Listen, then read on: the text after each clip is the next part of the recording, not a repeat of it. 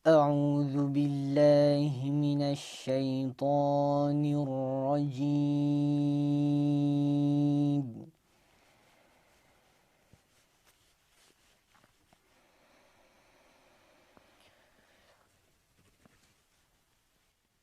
بسم الله الرحمن الرحيم.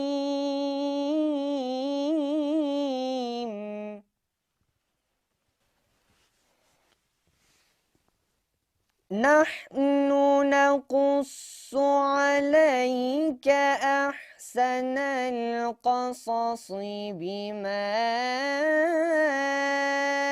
أوحينا إليك هذا القرآن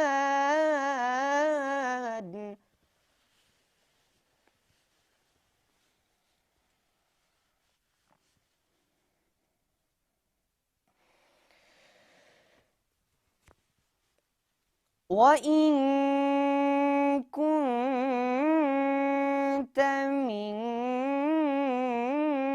قبله لمن الغافلين.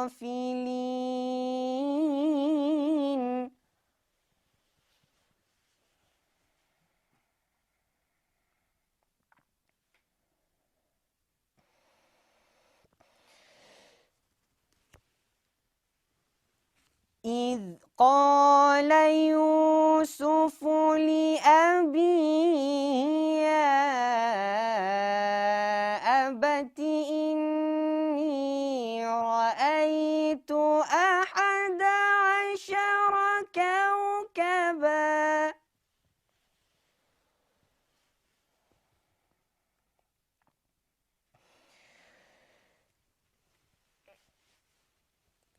إني رأيت أحد عشر كوكبا والشمس والقمر رأيتهم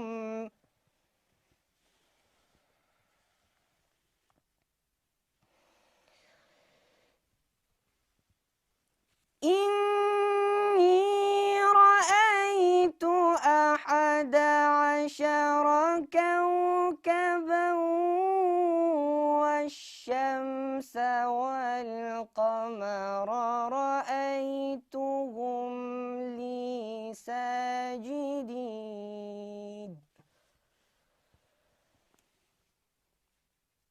صدق الله العظيم.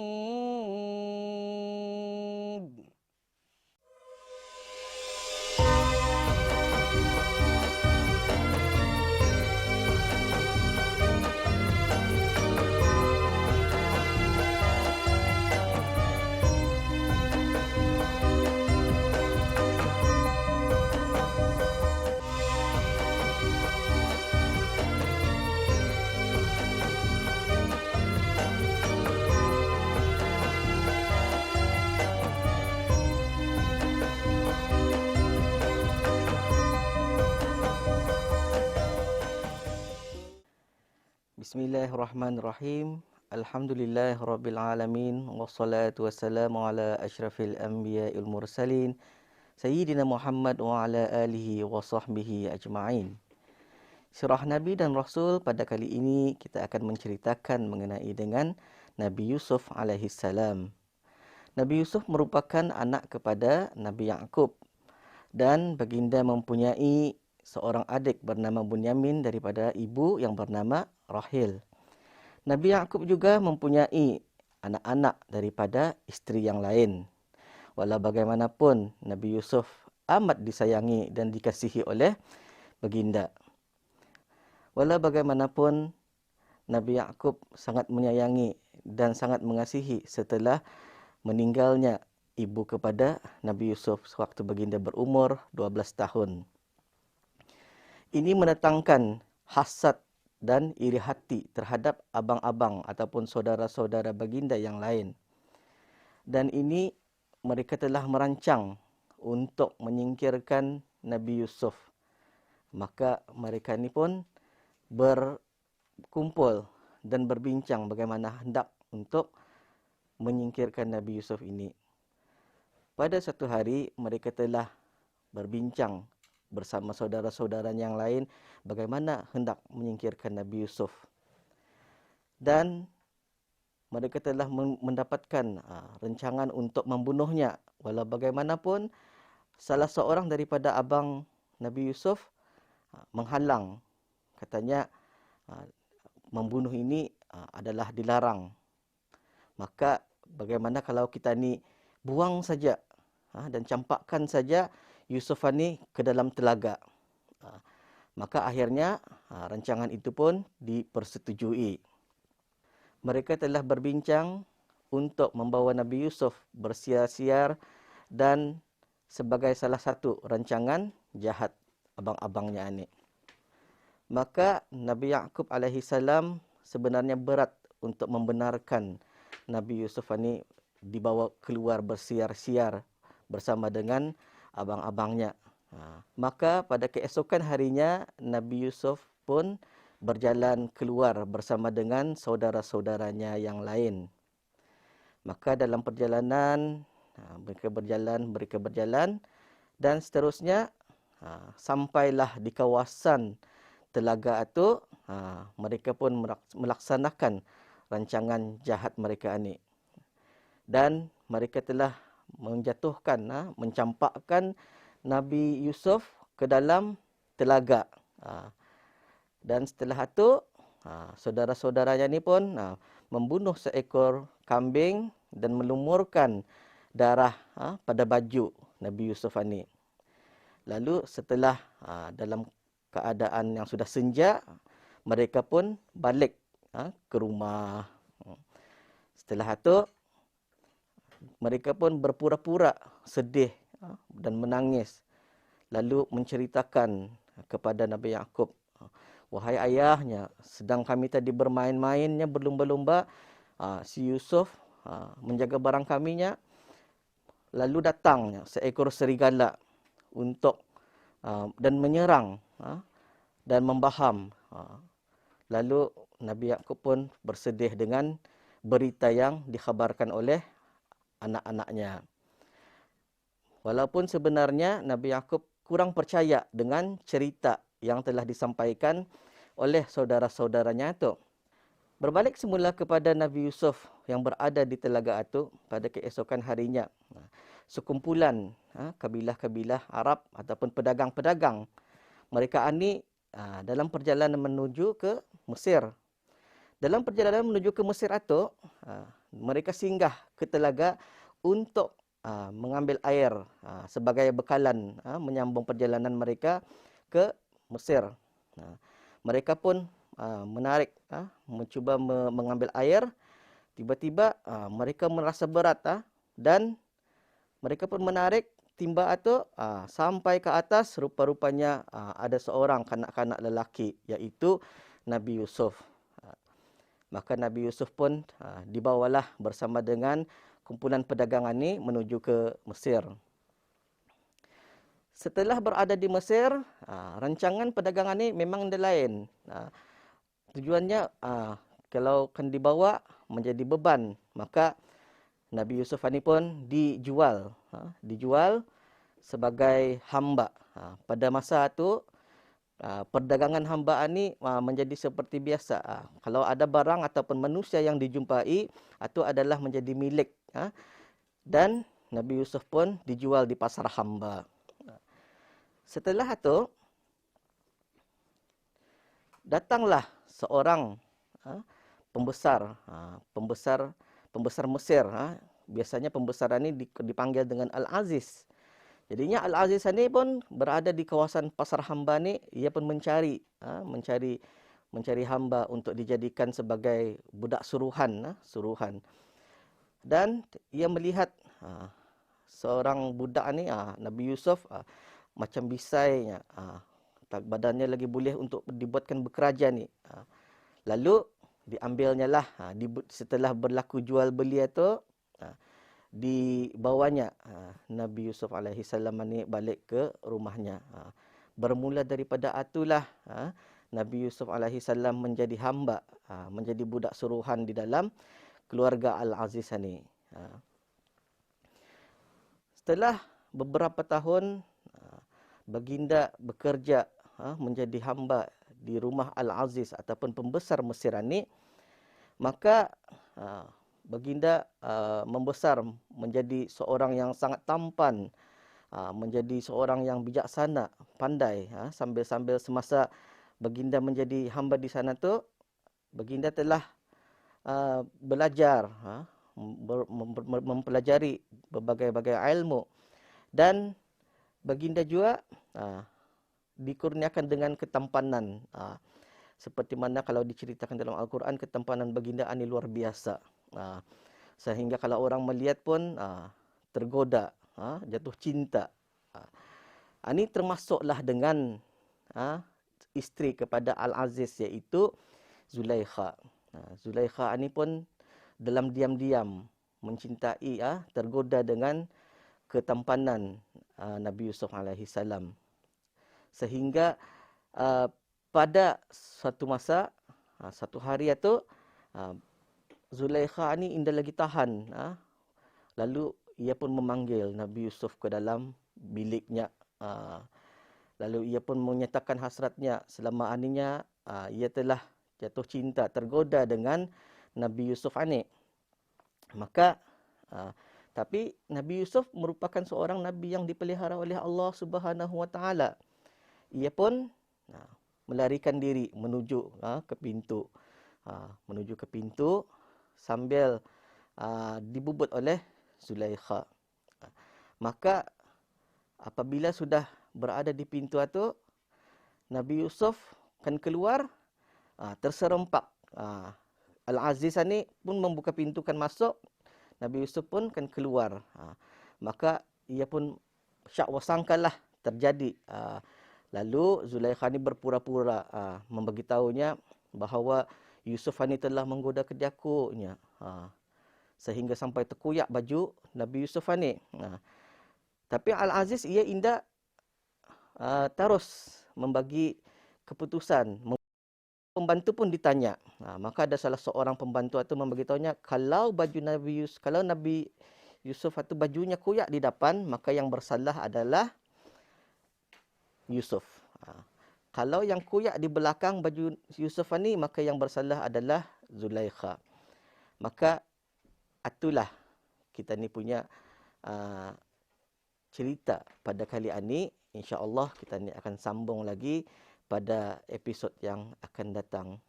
Maka saya sudahi dengan wabillahi taufik wal hidayah. Assalamualaikum warahmatullahi wabarakatuh. أعوذ بالله من الشيطان الرجيم.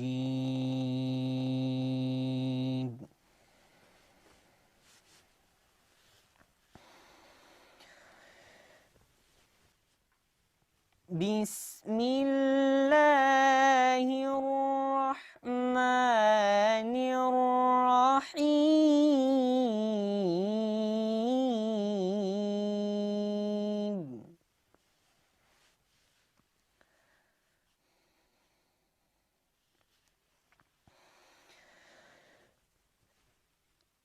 لقد كان في يوسف وإخوته آيات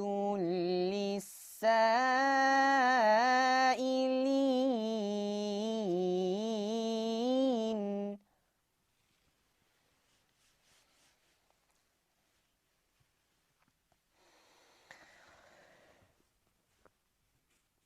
إذ قالوا ليوسف وأخوه أحب إلى أبينا منا ونحن عصبة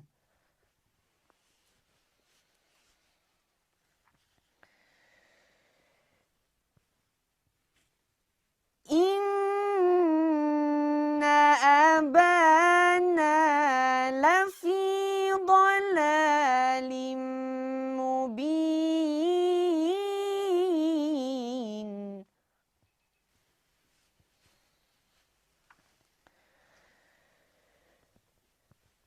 اقتلوا يوسف أو اطرحوه أرضا يخل لكم وجه أبيكم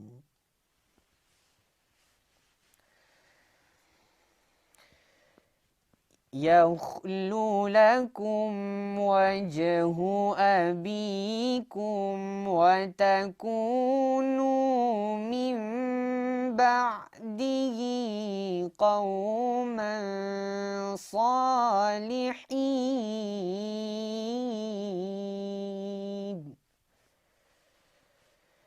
صدق الله العظيم. Bismillahirrahmanirrahim. Alhamdulillahirabbil alamin wassalatu wassalamu ala asyrafil anbiya'i wal mursalin sayyidina Muhammad wa ala alihi wa sahbihi ajma'in. Kita sambung lagi sirah Nabi dan Rasul bahagian kedua mengenai dengan kisah Nabi Yusuf alaihi salam. Setelah Siti Zulaikha ataupun Zulaikha menuduh Nabi Yusuf alaihi salam cuba untuk menggodanya, dan cerita itu telah tersebar di kalangan para isteri-isteri pembesar-pembesar di Mesir. Maka cerita itu sampai ke telinga Zulaikha. Maka Zulaikha tidak tahan mendengar cacian mengenai dengan dirinya. Lalu ia pun membuat satu rancangan untuk mengadakan jamuan dan menjemput isteri-isteri pembesar Mesir yang lain untuk jamuan di rumahnya. Maka dipanggillah isteri-isteri pembesar ini dengan makanan, hidangan serta buah-buahan, dan diletakkanlah pisau. Diletakkan pisau di meja, dan setelah itu Zulaikha pun menyuruh silakan untuk makannya. Apabila para isteri-isteri pembesaran ni mengupas-ngupas buah, lalu ia pun memanggil Nabi Yusuf alaihi salam untuk berada di ruang jamuan itu. Maka apabila saja Nabi Yusuf alaihi salam masuk ke ruangan jamuan ini, maka semua sekali wanita-wanita pembesaran ni terkejut dengan ketampanan Nabi Yusuf. Sehingga mereka indah sadar mereka ni mengupas buah dan melukai jari mereka sendiri. Setelah itu Nabi Yusuf pun masuk, barulah mereka ni kesakitan, baru terasa yang diorang ni sudah luka. Maka sampai macam itu sekali ketampanan Nabi Yusuf ni, sampai mereka pun indah sedar. Maka untuk mengelakkan daripada fitnah yang terjadi ni, maka Zulaikha mengarahkan atau menyuruh Al-Aziz untuk memenjarakan Nabi Yusuf. Walaupun sebenarnya Nabi Yusuf ni dia bersalah. Maka dipenjarakanlah Nabi Yusuf ni bersama-sama dalam penjara dalam penjara Nabi Yusuf ni ada dua orang. Salah seorang ialah pelayan dan salah seorang daripadanya bahagian penjaga gudang. Maka di sanalah Nabi Yusuf menyebarkan agama Islam, dan Nabi Yusuf dikurniakan sebagai seorang nabi yang boleh mentafsirkan mimpi. Dan pada satu hari para pelayan ni dan penjaga gudang ni bermimpi. Dan pelayan ni ia bermimpi bahawa ia memerah anggur. Dan penjaga gudang ni ia bermimpi ia memberi makan meroti, dan roti itu dimakan oleh burung. Maka pada keesokan harinya mereka pun bertanya kepada Nabi Yusuf, apa mimpi kami di malam itunya. Maka Nabi Yusuf pun menceritakannya, arah pelayan itu bahawa kau akan dibebaskannya. Dan kau kepada penjaga gudang itunya kau akan dihukum bunuh. Maka apa yang terjadi benar, kata Nabi Yusuf itu. Pelayan itu dibebaskan dan penjaga gudang itu pun dihukum bunuh. Semasa pelayan itu dibebaskan, ia pun berpesan, Nabi Yusuf berpesannya, kau beritahunya kepada siapa saja nanti orang atasan bahawa aku ini bersalahnya. Maka ia pun bersetuju. Setelah keluar dari penjara, si pelayan ini pun lupa dengan apa yang telah dipesankan oleh Nabi Yusuf. Maka tinggallah Nabi Yusuf di penjara itu bertahun-tahun. Setelah beberapa tahun di penjara, maka terjadilah satu mimpi dengan Raja Mesir. Raja Mesir ini telah bermimpi. Ia bermimpi bahawa 7 ekor lembu yang gemuk dimakan oleh 7 ekor lembu yang kurus. Dan 7 tangkai gandum yang segar dan 7 tangkai gandum yang layu. Ia pun berfikir, raja ninya memanggil ahli-ahli fikir, peramal-peramal untuk mentafsirkan mimpinya. Tapi peramal-peramal ini memberitahunya itu hanya mimpinya. Tapi ia tidak puas hati. Pada masa itu, pelayan itu, ia teringat akan Nabi Yusuf. Dengan beraninya, ia pun datang kepada Raja Mesir itu dan memberitahu bahawanya di penjara ada seorang yang boleh mentafsirkan mimpi tuanku itu. Mungkin boleh kita ni tanya. Maka dengan izin Raja Mesir itu, ia pun menyuruh pelayan itu datang ke penjara dan ia memberitahu kepada Nabi Yusuf mengenai dengan mimpi raja itu. Maka raja itu memberitahu apa yang telah dimimpikannya itu kepada pelayan dan pelayan itu pun memberitahu kepada Nabi Yusuf. Nabi Yusuf mentafsirkan mimpi itunya bahawa Mesir aninya akan terjadi 7 tahun kemakmuran. Kemakmuran dari segi tanaman, ternakan. Dan setelah itunya, 7 tahun itu akan terjadi musibah, banjir, kemarau dan penyakit. Maka hendaklah bersiap sedia. Maka apa yang telah disampaikan oleh Nabi Yusuf kepada pelayan itu, disampaikannya lagi kepada Raja Mesir itu.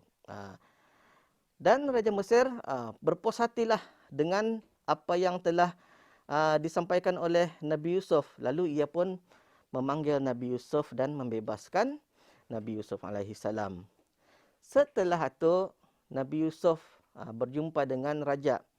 Dan di atas kebijaksanaan Nabi Yusuf ini, ia dilantik menjadi seorang bendahara ataupun macam menteri keuangan bagi negeri Mesir. Maka apa yang telah diramalkan itu benar.